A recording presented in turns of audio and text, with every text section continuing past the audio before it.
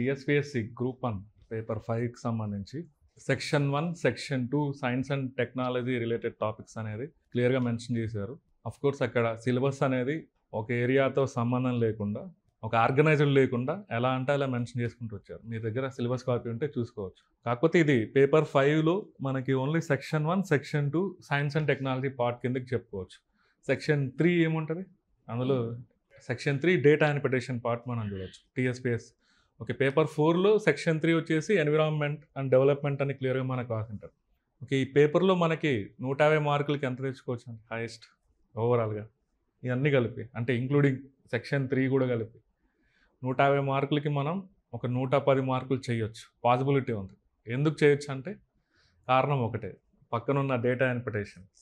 అది చాలామంది 40-45 దాకా తెచ్చుకోగలుగుతారు. ఎలా ఇచ్చినా కూడా, క్వశ్చన్ పేపర్ ఎలా ఇచ్చినా కూడా 40 మార్క్స్ నుంచి 45 మార్క్స్ తెచ్చుకోగలుగుతారు. బట్ దీంట్లో ఎంతవరకు చేయొచ్చు మనం స్కోర్ మ్యాక్సిమం? ఈ సెక్షన్ 1, సెక్షన్ 2 మనం కరెక్ట్గా ఆన్సర్స్ కనుక యాక్యురేట్గా రాస్తే మాత్రం మనకి ప్రతి 10 మార్కులకి 6 నుంచి 7 మార్కులు పడేదానికి స్కోప్ ఉంది. అంతేగాని 9 మార్కులు అయితే వేయరు, ఎవరికి వేయరు. 9 మార్కులు, 10కి 9 మార్కులు అనేది థియరిటికల్ పార్ట్లో ఎప్పుడు వేయరు. మ్యాక్సిమం 7 మార్కులు. ఇంతకుముందు అయితే ఒక 8 మార్కులు వేసేవాళ్ళు. బట్ ఇప్పుడున్న క్వశ్చనింగ్ ప్యాటర్న్కి మనం ఎంత బాగా రాసినా కూడా 100% సాటిస్ఫై చేయలేము ఆన్సర్ని, క్లియర్గా మనం చూస్తాం. ఓకే, కాకపోతే ఒక 70% సాటిస్ఫై చేయొచ్చు. ఆ 70%కి గానే 10కి 7 మార్క్స్ మనం ఎక్స్పెక్ట్ చేయొచ్చు. అంటే ఈ లెక్కన మనం సెక్షన్ 1, సెక్షన్ 2 ప్రతి క్వశ్చన్ కనుక మనం యాక్యురేట్గా, షార్ప్గా, టు ది పాయింట్ కనుక మనం రాయగలిగితే ఒక 70 మార్కులు చేయొచ్చు. బట్ సెక్షన్ 3లో మనం నాన్ మ్యాథ్స్ బ్యాక్గ్రౌండ్ అయినా కూడా ఒక 40 మార్కులు చేయొచ్చు. దట్ మీన్స్ అరౌండ్ మనకి ఒక 110 మార్క్స్ తెచ్చుకునేదానికి స్కోప్ కనిపిస్తుంది. రిమైనింగ్ ఏ పేపర్లో ఇందులో మనకు కనిపించదు, క్లియర్గా మనం చూస్తుంది. రిమైనింగ్ మీరు పేపర్ 6 తీసుకోండి, పేపర్ 1 కా నుంచి పేపర్ 4 తీసుకోండి, 100 మార్క్స్ దాటించగలిగేటువంటి పేపర్స్ ఏది కనిపించవు మనకి. ఒకటి కనిపిస్తుంది, ఏంటంటే పేపర్ 5. ఓకే, దీన్ని మనం ఎలా చూడాలంటే ఇచ్చిన సిలబస్ని ఒకసారి కంప్లీట్గా అధ్యయనం చేసిన తర్వాత వాళ్ళు ఇచ్చిన ప్రతి ఏరియాని, దాంట్లో ఉన్నటువంటి కాన్సెప్ట్స్ని ఐడెంటిఫై చేయాలి ఫస్ట్. వాళ్ళు మన దగ్గర నుంచి ఏమి ఎక్స్పెక్ట్ చేస్తున్నారు. సో ఆ వర్డ్ని బేస్ చేసుకొని గతంలో అడిగినటువంటి ఏపీపీఎస్సీ ఎగ్జామినేషన్ ప్యాటర్న్, గతంలో అడిగినటువంటి యూపీఎస్సీ ఎగ్జామినేషన్ ప్యాటర్న్లో ఆ చాప్టర్ సంబంధించి క్వశ్చన్స్ ఏమైనా ఉన్నాయనేది ఫస్ట్ మనం అబ్జర్వేషన్ చేయాలి. సో ఆ కాన్సెప్ట్ పైన క్లారిటీ తెచ్చుకోవాలి. వాళ్ళు అడిగిన ప్రతి దాన్ని క్లారిటీ తెచ్చుకున్న తర్వాత దాని నుంచి క్వశ్చన్ ఫ్రేమ్ చేసుకొని దానికి ఆన్సర్ ముందే మనం డిజైన్ చేసుకోవాలి. మనకి అప్పుడప్పుడు వెళ్ళి ఎగ్జామినేషన్లో డైరెక్ట్గా ఆన్సర్ క్రియేట్ చేసేంత టైం ఉండదు, క్లియర్గా మనం చూస్తే. ఇప్పుడున్న ప్యాటర్న్లో క్లియర్గా మనం చూస్తే ముందే దానికి సంబంధించినటువంటి కాన్సెప్ట్ పైన క్లారిటీ ఏర్పరచుకున్నాక, ఓకే, ఆ యూనిట్ నుంచి ఒక 10 నుంచి 15 వాల్యుబుల్ టాపిక్స్, ఒక థీమ్ బేస్డ్ టాపిక్స్ని బేస్ చేసుకొని దాన్ని క్వశ్చన్ కిందకి ఎలా అడగవచ్చో మనం అనుకోవాలి. ఒక ఫర్ ఎగ్జాంపుల్ యూనిట్ 4లో ఒక 15 క్వశ్చన్స్, ఒక 15 థీమ్స్ ఉన్నాయనుకోండి. ఆ థీమ్స్ని బేస్ చేసుకొని ప్రతి దాంట్లో ఏ విధంగా క్వశ్చన్ అడగచ్చు అనేది మనం చూడాలి. దాని ఆన్సర్ కూడా మనకు మైండ్లో ఫ్రేమ్ అయిపోయి ఉండాలి ముందే. రేపు ఉదయం కొత్తది అడిగినా కూడా క్వశ్చన్, దాని నుంచే మనం మళ్ళీ కొంతవరకు క్రియేట్ చేసి రాయగలిగేదానికి మన దగ్గర కొంతవరకు ఇన్ఫర్మేషన్ అనేది మన దగ్గర ఉండాలి. ఆ ఫార్మాట్ ఫాలో అవ్వాలి కంప్లీట్గా. ఓకే, సో ఇక్కడ ఎలా ఉండాలంటే ఫర్ ఎగ్జాంపుల్ ఇందులో unit 1, unit 2, unit 3, unit 4, unit 5 ఉంది. ఒకసారి అబ్జర్వ్ చేస్తే మీ దగ్గర సిలబస్ కాపీ ఉంటే మీరు చూసుకోవచ్చు కంప్లీట్లీ. ఓకే, సో ఇంకొక సజెషన్ ఏంటంటే, నా సజెషన్, పర్సనల్ సజెషన్, ఈ టీఎస్పీఎస్సీ గ్రూప్ 1 సిలబస్ని ప్రతి ఒక్కరు బై హార్ట్ చేసేవారు. ఫస్ట్ సిలబస్ మనకు మైండ్లో లేనిది మనం ఇంటర్ప్రిటేషన్ చేయలేదు. రేపు ఉదయం మనం డైలీ ఒక గంటన్న న్యూస్ పేపర్ రీడింగ్ ఉంటే బెటర్. న్యూస్ పేపర్ నుంచి కొంత న్యూస్ పేపర్ రీడింగ్ ఉండడం వల్ల మనకు అడ్వాంటేజ్ ఏంటి మెయిన్స్ ప్రిపరేషన్లో? ఓకే, ఎస్సీకి హెల్ప్ అవుతుంది. అట్ ది సేమ్ టైం ప్రతి ఏరియాలో మనం ఎప్పటికప్పుడు అప్డేట్లో ఉంటాం. మనం దానికి ఇంకా వాల్యుబుల్ పాయింట్స్ జోడించి మనం రాయొచ్చు. సో కాబట్టి న్యూస్ పేపర్ రీడింగ్ని మాత్రం మీరు నెగ్లెక్ట్ చేయొద్దు. జనరల్గా ప్రిలిమ్స్ కోసమే అని న్యూస్ పేపర్, కరెంట్ అఫైర్స్ కోసమని చదువుతుంటాం. బట్ మెయిన్స్కి ఇంకా బాగా ఉపయోగపడుతుంది న్యూస్ పేపర్ రీడింగ్ అనేది. సో అప్పుడు న్యూస్ పేపర్ రీడింగ్ అప్పుడు మనకి సిలబస్ పైన క్లారిటీ ఉందనుకోండి, వెంటనే మైండ్లో ఇది దానికి అటాచ్ అవుతుందా లేదా అనేది మనకి మైండ్లో జనరేట్ అవ్వాలి. అలా జనరేట్ అవ్వాలంటే ఫస్ట్ సిలబస్ పాయింట్స్ అన్నీ మనకు మైండ్లో ఆటోమేటిక్, మనం ప్రతిరోజు పక్కన పెట్టుకొని చూడలేం కదా అండి. న్యూస్ పేపర్ ఉన్నప్పుడు ప్రతిరోజు సిలబస్ పక్కన పెట్టుకొని మనం ఏం అబ్జర్వ్ చేస్తామా? చెయ్యం. కాబట్టి మనం ముందే ఎస్పెషల్లీ ఈ ఎస్ఎన్టీ, ఎకానమీ, ఎన్విరాన్మెంట్ ఇలాంటి వాటికి న్యూస్ పేపర్ రీడింగ్ అనేది ఖచ్చితంగా అవసరం. Even general ఎస్సేకి. ఓకే, మీరు తెలుగు మీడియం ప్రిపేర్ అయితే ఈనాడు పేపర్ని ఫాలో అవ్వచ్చు. ఇంగ్లీష్ మీడియం వాళ్ళైతే Hindu paper. Okay, Telugu medium వాళ్ళకి ఈనాడు అనేది ఒక హిందూ పేపర్ లాంటిదని మనం చెప్పుకోవచ్చు. ఎందుకంటే ఆల్మోస్ట్ వాళ్ళు ఇచ్చినటువంటి ఆర్టికల్సే ఒక 2-3 రోజుల్లో ఈనాడులో వస్తుంటాయి క్లియర్గా. నెక్స్ట్ రోజు తర్వాత రోజు క్లియర్గా మనం చూస్తే. కాబట్టి న్యూస్ పేపర్ రీడింగ్ అనేది ఖచ్చితంగా హెల్ప్ అవుతుంది. ఎప్పటికప్పుడు అప్డేట్లో ఉన్నట్లు మనకి. దేనికోసం పనికొస్తుంది అంటే మనం మొత్తం మెయిన్స్ ప్రిపరేషన్లో ఒకే ఒక దగ్గర పనికొస్తుంది. జనరల్ ఎస్సేకి పనికొస్తుంది మామూలు. తర్వాత ఎకానమీలో ఓకే, ఎకానమీకి సంబంధించి మీరు ఎలాగో తెలంగాణకు సంబంధించిన ఎకానమీ సపరేట్ ప్రిపేర్ అవుతారు. ఓకే, తర్వాత ఎస్ఎన్టీకి ఖచ్చితంగా అవసరం. అక్కడ ఉన్నటువంటి సిలబస్ని మనకి ఏదో ఒక టాపిక్ న్యూస్ పేపర్లో ఈ 3-4 నెలల్లో ఏదన్నా ఒకటి వచ్చింది అనుకోండి, దాన్ని తీసుకెళ్ళి మెయిన్స్లో అడగవచ్చు క్లియర్గా మనం చూస్తే. ఉదాహరణకి ఇందులో మనకి సెక్షన్ 2లో ఆ వ్యాక్సిన్స్ అనేటువంటి ఒక ఏరియా ఉంది. ఎక్కడైనా ఐడెంటిఫై చేయగలుగుతారా? ఏ యూనిట్లో ఉంటుంది వ్యాక్సిన్స్ గురించి? ఓకే, రేపు ఏం చేయాలంటే మీరు ఇమీడియట్గా సిలబస్ మొత్తం బై హార్ట్ చేసి మైండ్లో పెట్టుకోవాలి. మనకు సెక్షన్ 2లో 5వ యూనిట్లో వ్యాక్సిన్స్ గురించి ఇంట్రడక్షన్ టు ఇమ్యూనిటీ అని మనకు క్లియర్గా ఇచ్చింటారు. Fundamental concepts in vaccination. Introduction to immunity అన్నాడు అంతే. ఏమని చదవాలి దాంట్లో? ఓకే, అదంతా మనకు చూసేదానికి ఏదో చిన్న చిన్న వర్డ్స్ మాదిరి కనిపిస్తాయి అంతే. అది నెట్లో కొట్టినా కూడా మనకు ఈజీగా ఏదో ఒక ఇన్ఫర్మేషన్ వస్తుంటుంది. కానీ అది సరిపోదు మనకి క్లియర్గా మనం చూస్తే. ఇంట్రడక్షన్ టు ఇమ్యూనిటీ అంటే మనకు తెలుగు అకాడమీ బుక్స్లో, జువాలజీ బుక్స్లో ఉంటుంది మనకు క్లియర్గా. Okay, second year zoology book మీరు తెలుగు అకాడమీ బుక్ మీరు చూస్తే బైపీసీ వాళ్ళ దాంట్లో ఆ ఇమ్యూనిటీ వ్యాక్సిన్స్ గురించి జువాలజీ బుక్లో క్లియర్గా ఉంటుంది. అది జనరల్గా ఇంటర్మీడియట్ ఓకే ఎంసెట్ ప్రిపేర్ అయ్యేవాళ్ళు, నీట్ ప్రిపేర్ అయ్యేవాళ్ళు అది ప్రిపేర్ అవుతారు. కానీ మనల్ని ఎక్కడి నుంచి అడగవచ్చు? ఫర్ ఎగ్జాంపుల్ ఈ మధ్య మన భారతదేశంలో ఇమ్యూనోథెరపీని బేస్ చేసుకొని క్లియర్గా మనం చూస్తే CAR-T సెల్ థెరపీ అనేది మనం డిజైన్ చేసాం. మీరు మన ప్రిలిమ్స్ అప్పుడు దాని గురించి చూసి ఉండొచ్చు. CAR-T సెల్ థెరపీ క్యాన్సర్ ట్రీట్మెంట్లో టీ సెల్స్ని మాడిఫై చేసి క్యాన్సర్ సెల్స్ని టార్గెట్ చేసే విధంగా టీ సెల్స్ని మాడిఫై చేసి ఒక థెరపీని మనం తయారు చేస్తాం. ఆ థెరపీ గురించి న్యూస్ పేపర్లో దాదాపుగా గత సంవత్సరంలో ప్రతి నెల ఏదో ఒక విధంగా దాని గురించి వస్తుంటుంది. అది మన సిలబస్ రిలేటెడే అనుకోవాలి. ఎందుకంటే అక్కడ ఏంది మెయిన్ ఇమ్యూన్ సిస్టంలో ఉన్న సెల్స్లో టీ సెల్స్ అనేది ఉంది క్లియర్గా మనం చూస్తే. కాబట్టి దాన్ని కూడా అడగవచ్చు మనల్ని క్లియర్గా. ఇలా ప్రతి చాప్టర్ని మనం కరెంట్ అఫైర్స్తో లింక్ చేయాలి మనం చూస్తే. అది చూసేదానికి బేసిక్ అది స్టాటిక్ పార్ట్ కిందకే కనిపిస్తుంది, కానీ దాంట్లో కూడా కరెంట్ అఫైర్స్తో మనం అటాచ్ చేయగలం. అదొక ఎగ్జాంపుల్ నేను చెప్పింది. ఫర్ ఎగ్జాంపుల్ మనకి వ్యాక్సిన్స్ విషయంలోనే మనకు చూస్తే ఆ లాస్ట్లో మనకి మోడర్న్ వ్యాక్సిన్స్ గురించి అడిగింటారు. ఓకే, ఆధునిక టీకాలు, traditional vaccines, modern vaccines. Traditional vaccines ఎలాగో అక్కడ మనల్ని ప్రత్యేకంగా DPT వ్యాక్సిన్ గురించి, ర్యాబీస్ వ్యాక్సిన్ ప్రొడక్షన్ గురించి చదవమని మనకి ఇచ్చారు సిలబస్లో క్లియర్గా. ఆ DPT ర్యాబీస్ వ్యాక్సిన్ అనేది అది ఎప్పటి నుంచో ఉంది క్లియర్గా. మనం గ్రూప్ 1 సిలబస్ డిజైన్ అయినప్పటి నుంచి ఆ పదం మనకు కనిపిస్తుంది. ఓకే, కానీ అక్కడ మోడర్న్ వ్యాక్సిన్స్ అన్నారు క్లియర్గా. ఈ మధ్య మనకి ఎక్కడన్నా ఇంపార్టెన్స్ ఉంది ఆ మోడర్న్ వ్యాక్సిన్స్? ఈరోజు COVID-19 వచ్చిన తర్వాత ప్రపంచంలో కొత్తగా ఇప్పుడిప్పుడే ఉపయోగించినట్టు మనకి మోడర్న్ వ్యాక్సిన్స్, ఆ DNA vaccines, mRNA vaccines. Okay, మనకి క్లియర్గా ఒక హింట్ ఇచ్చాడు మోడర్న్ వ్యాక్సిన్స్ గురించి అధ్యయనం చేయమని. కాకపోతే బ్రాకెట్లో మళ్ళీ హెపటైటిస్ B వ్యాక్సిన్ గురించి మనకి ఇచ్చింటాడు సిలబస్లో. ఇక్కడ మోడర్న్ వ్యాక్సిన్స్ అంటే DNA వ్యాక్సిన్, mRNA వ్యాక్సిన్స్, ఇలాంటి వాటిని ఆధునిక టీకాల కిందకి మనం చెప్పుకోవచ్చు క్లియర్గా మనం చూస్తే. అవి ఎలా పనిచేస్తాయి, వాటి ఇంపార్టెన్స్ ఏంటి, వాటిని మన ఇండియాలో ఎలా డిజైన్ చేశారు, ఇలాంటి వాటిని ఈ వ్యాక్సిన్స్ కోసం ఎస్పెషల్లీ కోవిడ్ టైంలో గవర్నమెంట్ ఆఫ్ ఇండియా ఏదైనా మిషన్స్ని లాంచ్ చేసిందా? ఓవరాల్గా వ్యాక్సినేషన్ని ప్రమోట్ చేయడానికి మన గవర్నమెంట్ ఆఫ్ ఇండియా మొదటి నుంచి ఏదైనా స్టెప్స్ తీసుకుంటూ వచ్చిందా? ఇదంతా మనం సపరేట్గా అధ్యయనం చేయాల్సిన అవసరం ఉంది. వాళ్ళు ఇచ్చిన పదం ఏంటి? వ్యాక్సిన్స్ అంతే. మనకిచ్చింది ఒకే ఆధారం వ్యాక్సిన్స్ అనే పదం. దాన్ని బట్టి మనం 360 డిగ్రీల యాంగిల్లో మనం చూడాలి. ఒట్టి వ్యాక్సిన్ అంటే ఏంటి డెఫినేషన్ తెలుసుకొని వ్యాక్సిన్స్ ఎన్ని రకాలు ఉంటాయి, దానికి ఎగ్జాంపుల్స్ ఏంటనేది చూసుకుంటే సరిపోదు.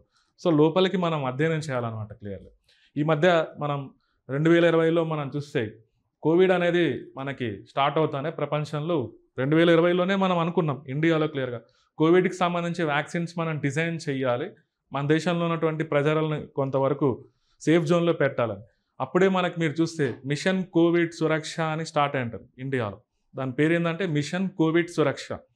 దానివల్ల భారతదేశంలో దాదాపుగా ఒక 4 నుంచి 6 రకాల కోవిడ్కి సంబంధించి వ్యాక్సిన్స్ని ఉత్పత్తి చేసి స్వయంగా మన టెక్నాలజీతోనే, దట్ మీన్స్ ఇండిజినస్ టెక్నాలజీతో వాటిని లాంచ్ చేయాలనేది మన భారతదేశం యొక్క మెయిన్ ఇంటెన్షన్. ఆ ప్రాసెస్లో మన ఇండియా సక్సెస్ఫుల్గానే ముందుకెళ్ళిందని మనం చెప్పుకోవచ్చు. అంటే ఆ మిషన్ కోవిడ్ సురక్షను బేస్ చేసుకొని ఎందుకు క్వశ్చన్ డిజైన్ చేయొచ్చు, ఇలా అడగొచ్చు. Okay, what is vaccine, explain about the mechanism of vaccines అని అడగొచ్చు. దాన్ని బేస్ చేసుకొని మిషన్ కోవిడ్ సురక్ష అని ఓకే దాంట్లో ఉన్నటువంటి హైలైట్స్ని లిస్ట్ అవుట్ చేయమని క్వశ్చన్ కిందకి అడగొచ్చు. అక్కడ ఎన్ని డైమెన్షన్స్ ఉన్నాయి, అక్కడ ఒక బేసిక్ డైమెన్షన్ ఉంది, దానికి అటాచ్ అవుతూ మళ్ళీ కరెంట్ ఇష్యూ కూడా ఉంది కదా. అలా బేసిక్స్తో కరెంట్ ఇష్యూస్తో రెండింటిని అటాచ్ చేసి క్వశ్చన్ అడిగేదానికి మన గ్రూప్ 1లోనే ఉంది ఈ ఫెసిలిటీ. యూపీఎస్సీలో కూడా ఉండదు.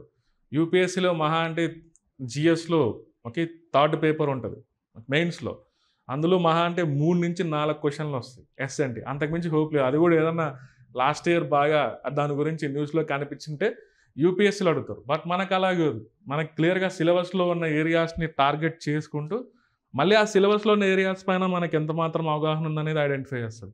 దాంతోపాటు మళ్ళీ వాటిని కరెంట్ అఫైర్స్ ప్రతిదాన్ని ఇలానే మనం టచ్ చేయడానికి చూస్తుంది ఖచ్చితంగా ఎగ్జామినేషన్లో.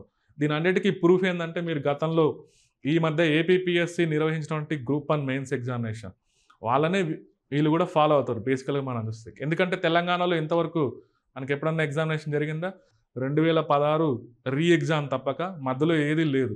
ఆ రీ ఎగ్జామ్ ఏదో హడావిడిగా పెట్టారు అప్పుడు మీరు చూస్తే. 2 రాష్ట్ర ప్రభుత్వాలు, ఏపీ వాళ్ళు, తెలంగాణ వాళ్ళు అప్పుడప్పుడే క్వశ్చన్ పేపర్స్ డిజైన్ చేసి అక్కడ మీరు అబ్జర్వ్ చేస్తే మళ్ళీ 3 మార్కుల క్వశ్చన్లు, 4 మార్కుల క్వశ్చన్లు, 5 మార్కుల క్వశ్చన్లు ఉన్నాయి.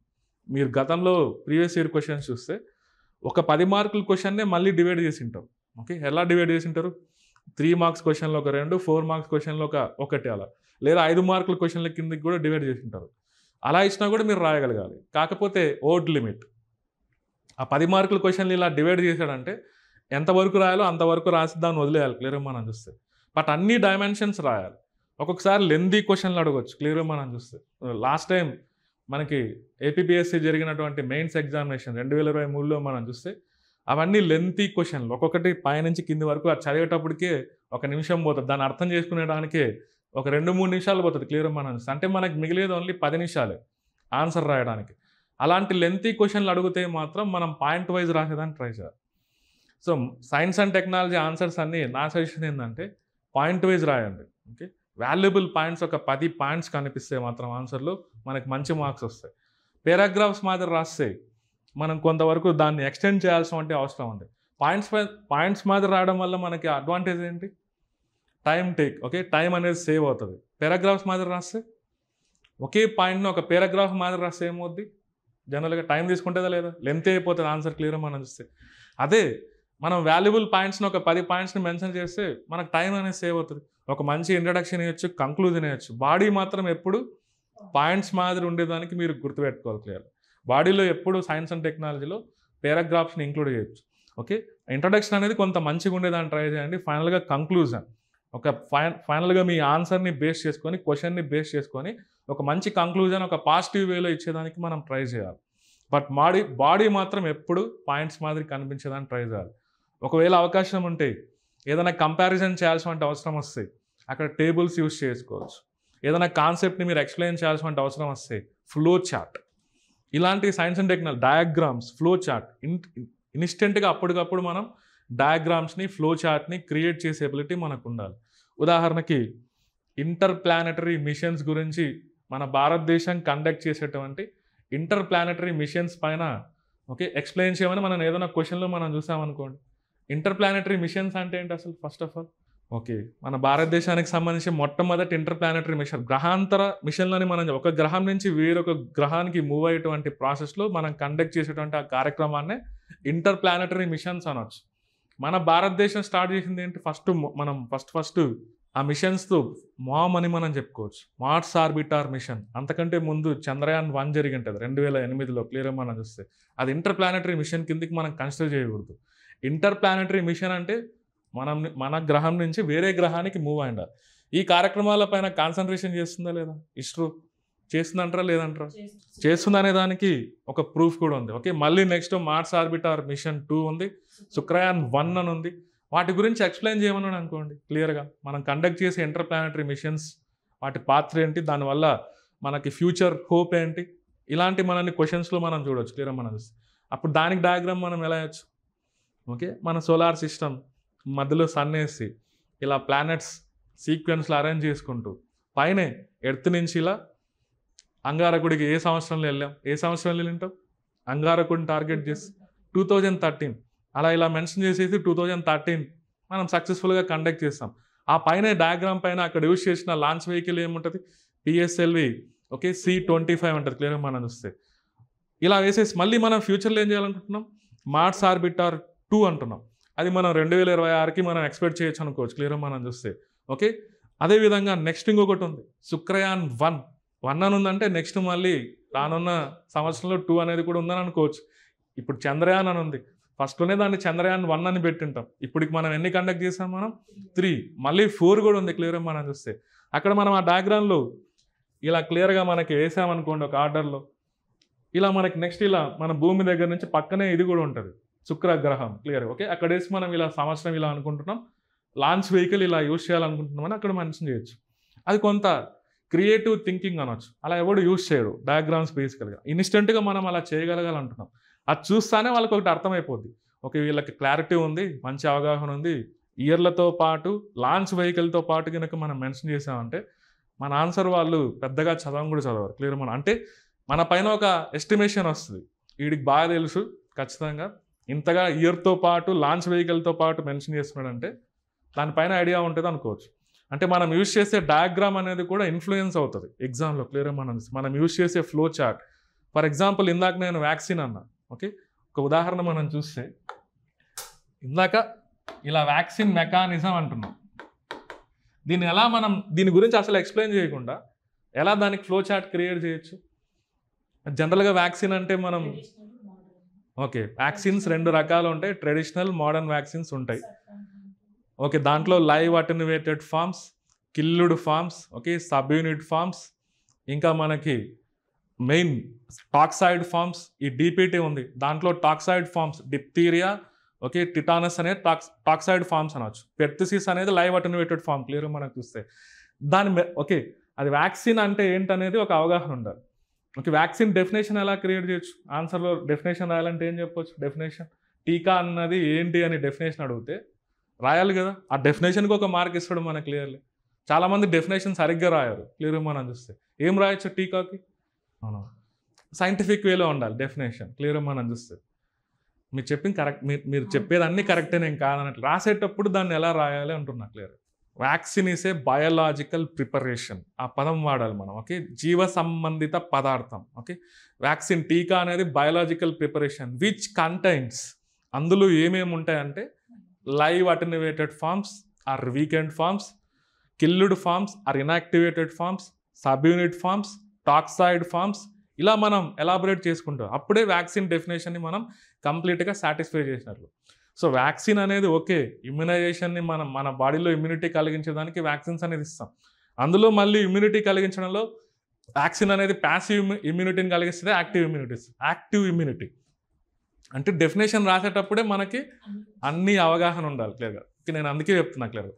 ఇప్పుడు వ్యాక్సిన్ ఎలా పనిచేస్తుంది అంటే ఏం చెప్పొచ్చు, యాక్టివ్ ఇమ్యూనిటీకి ప్యాసివ్ ఇమ్యూనిటీకి తేడా అంటే ఇది మనకు తెలిసి ఉండాలి బేసికల్గా. అందుకే నేను ఏమంటున్నా అంటే ఫస్ట్ చాప్టర్లోకి ఎంటర్ అయ్యే ముందర క్వశ్చన్ ఆన్సర్ ఫార్మాట్ చూసే ముందర దానిపైన అవగాహన ఏర్పరచుకోవాలి. ఎందుకంటే మీలో చాలామంది నాన్ సైన్స్ బ్యాక్గ్రౌండ్ వాళ్ళు ఉండొచ్చు, ఓకే వాళ్ళకి అవగాహన లేకపోవచ్చు. కొంతమంది అసలు వదిలేసినారు ప్రిలిమ్స్లో. చాలామంది చదివారా SNT బయాలజీ అన్నీ మెజారిటీ పీపుల్ వదిలేసింటారు. ఓకే బట్ ఎవరైతే దానం పట్టుకున్నారో మంచి మార్క్స్ వచ్చిండొచ్చు. ఎన్ని వచ్చినాయి మన SNTలో ప్రిలిమ్స్లో? 15 మార్క్స్ వచ్చినాయి. ఇంతకుముందు ఇంకా ఎక్కువ వచ్చినాయి. మొన్న జరిగిన సెకండ్ టైం గ్రూప్ 1 ప్రిలిమ్స్లో, ఫస్ట్ టైం గ్రూప్ 1 ప్రిలిమ్స్లో SNTనే మెజారిటీ వెయిటేజ్ ఎక్కువ ఉంది, 23-24 మార్కులు వచ్చినాయి. బట్ మొన్న 15 మార్కులు వచ్చినాయి. అవన్నీ మీకు చూస్తే మెయిన్ సిలబస్తో రిలేట్ అవుతాయి. ప్రతి క్వశ్చన్ని మెయిన్ సిలబస్లో రిలేట్ చేయొచ్చు క్లియర్గా. మనం చూడండి స్పేస్ టెక్నాలజీ మీదనే ఎన్ని క్వశ్చన్లు అడిగారు ప్రిలిమ్స్లో. మీరు అబ్జర్వ్ చేస్తే చంద్రయాన్ పైన క్వశ్చన్లు ఉన్నాయి, ఆదిత్య L1 పైన క్వశ్చన్ ఉంది, గగన్యాన్ ప్రోగ్రామ్ పైన క్వశ్చన్ ఉంది. మెయిన్ లాంచ్ వెహికల్స్, ఉపగ్రహ వాహక నౌకలు అలా ఎవడన్నా అనుకునింటాడా? దాన్ని చూడండి ఒక ఆర్డర్లో అరేంజ్ చేయమన్నాడు. SLV-3, okay ASLV, PSLV, GSLV. ఆ జనరల్గా మనం చదువుకునేటప్పుడు థియరీలో మనం చదువుతాం, అదంతా మెయిన్ సిలబస్ని బేస్ చేసుకొని ఉంది. ఓకే మనం ఏం చేయాలంటే ఫస్ట్ ఆ కాన్సెప్ట్ పైన అవగాహన ఏర్పరిచిన తర్వాత నెక్స్ట్ మనం క్వశ్చనింగ్ ఫార్మాట్లోకి వెళ్ళాలి. ఇప్పుడు వ్యాక్సిన్ వర్కింగ్ మెకానిజం అంటే దీన్ని సింపుల్గా ఒక ఫ్లో చార్ట్ ఎలా డిజైన్ చేయొచ్చు. ఓకే, మీరే అంటున్నారు వ్యాక్సిన్ అంటే ఇందులో మనకి ఇది యాక్టివ్ ఇమ్యూనిటీని ప్రొవైడ్ చేస్తుంటున్నారు, అంటే ఒక క్రియాశీలమైనటువంటి రోగ నిరోధకత అని మనం చెప్పుకోవచ్చు. క్లియర్గా మనం అలా అనొచ్చా? క్లియర్గా తెలుగులో అయితే క్రియాశీలమైన రోగ నిరోధకత అనొచ్చు. ఫస్ట్ మన బాడీలోకి ఎంట్రీ అయిందనుకోండి ఈ వ్యాక్సిన్ అనేది క్లియర్గా, సో ఇమీడియట్గా మనకి యాక్టివ్ ఇమ్యూనిటీ అనేది ప్రొవైడ్ అవుతుంది. ఎలా ప్రొవైడ్ అవుతుంది అంటే ఎలా చెప్పొచ్చు మనం, మన ఇమ్యూన్ సిస్టమ్ని ట్రిగ్గర్ చేస్తుంది, అంటే ఇండైరెక్ట్గా ఇమ్యూన్ రెస్పాన్స్ అనొచ్చు. ఓకే, ఇమ్యూన్ సిస్టమ్ని ట్రిగ్గర్ చేయడం. ఇమ్యూన్ సిస్టమ్ ట్రిగ్గర్ అవుతే మనకి ఇమ్యూన్ సిస్టమ్ ట్రిగ్గర్ అవ్వాలంటే ఇక్కడ ఏమేమి సెల్స్ పనిచేయాలి, మనకి సెల్స్ ఉంటాయి కదా.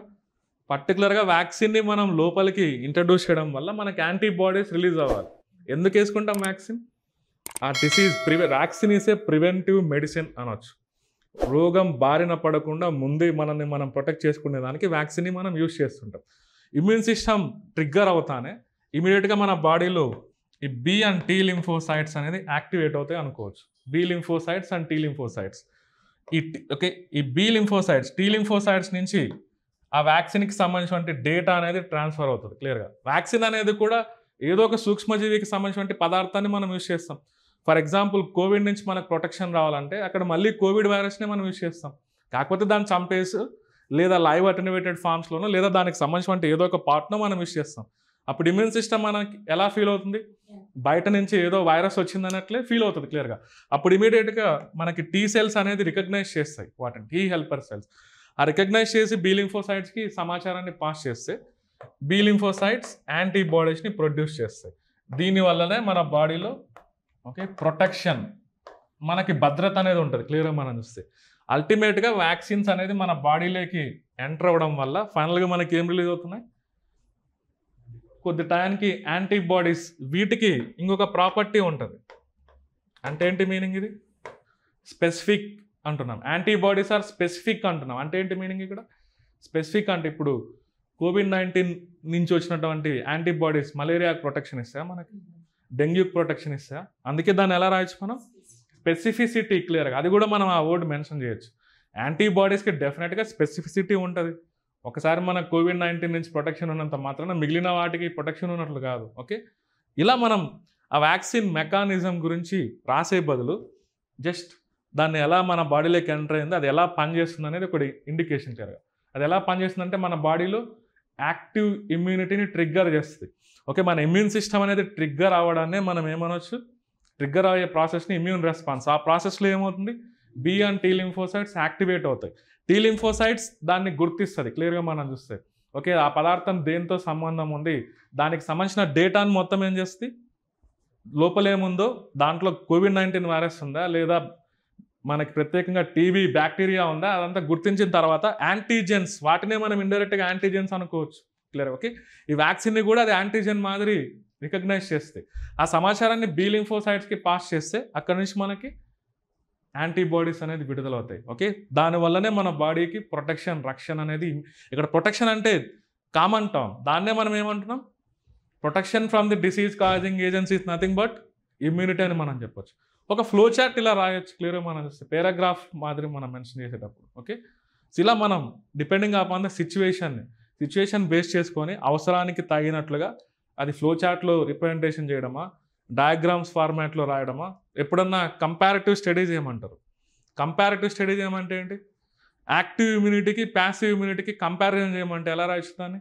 ఇక్కడేమో ఈ పదం యాక్టివ్ ఇమ్యూనిటీ అన్నాం, తెలియాలి. ఓకే, అసలు యాక్టివ్ ఇమ్యూనిటీ అంటే ఏంటి, ప్యాసివ్ ఇమ్యూనిటీ అంటే ఏంటి, క్లియర్గా టేబులర్ ఫామ్ వేసి దీన్ని ఏ విధంగా పిలుస్తారు, దాన్ని ఏ విధంగా పిలుస్తారు, దీనివల్ల అడ్వాంటేజెస్ ఏంటి, దానివల్ల అడ్వాంటేజెస్ ఏంటి, దీనివల్ల డిసడ్వాంటేజెస్ ఏంటి, దానివల్ల డిసడ్వాంటేజెస్, దీన్నే మనం ఏమనొచ్చు, దీనికి ఎగ్జాంపుల్స్ ఏంటి, దానికి ఎగ్జాంపుల్స్ ఏంటి, దాన్నే మనం ఏమనొచ్చు, కంపారిటివ్ స్టడీ అనొచ్చు.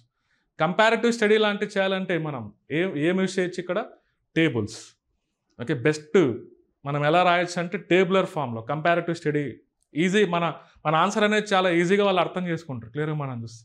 అక్కడ పారాగ్రాఫ్స్ రాయకూడదు, కంపారిటివ్గా స్టడీ చేయమంటే. పారాగ్రాఫ్స్ రాస్తే వాళ్ళంత టైం ఉండదు, చదివేంత టైం క్లియర్గా పక్కనే ఉండాలి. ఇక్కడ యాక్టివ్ ఇమ్యూనిటీ అన్నాం అంటే ఇంకొకటి కూడా ఉండాలి కదా, ప్యాసివ్ ఇమ్యూనిటీ. ఆ రెండింటి యాక్టివ్ ఇమ్యూనైజేషన్, ప్యాసివ్ ఇమ్యూనైజేషన్ మధ్య కంపారిటివ్ స్టడీ చేయమంటే టేబులర్ ఫామ్.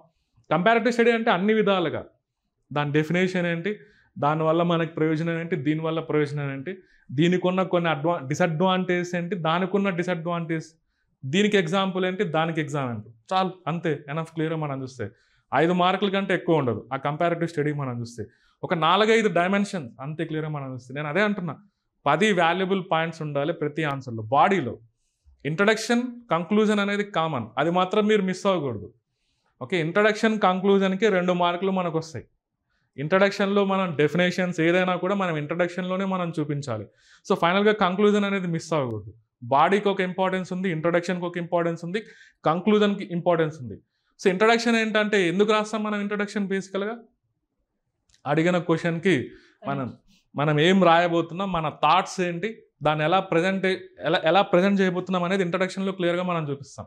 కంక్లూజన్ ఏం రాస్తాం, ఫైనల్గా అడిగిన క్వశ్చన్కి మనం ఏమేమి రాస్తాం, ఫైనల్గా మనం ఏం చెప్పాలనుకుంటున్నాం. క్లియర్? ఓకే, క్లారిటీ ఉండాలి కంక్లూజన్ రాసేటప్పుడు. నీ నుంచి వాళ్ళు ఏం ఎక్స్పెక్ట్ చేస్తున్నారు, నువ్వేం సజెషన్ ఇవ్వాలనుకుంటున్నావు, అదంతా మీరు కంక్లూజన్లో రాయొచ్చు.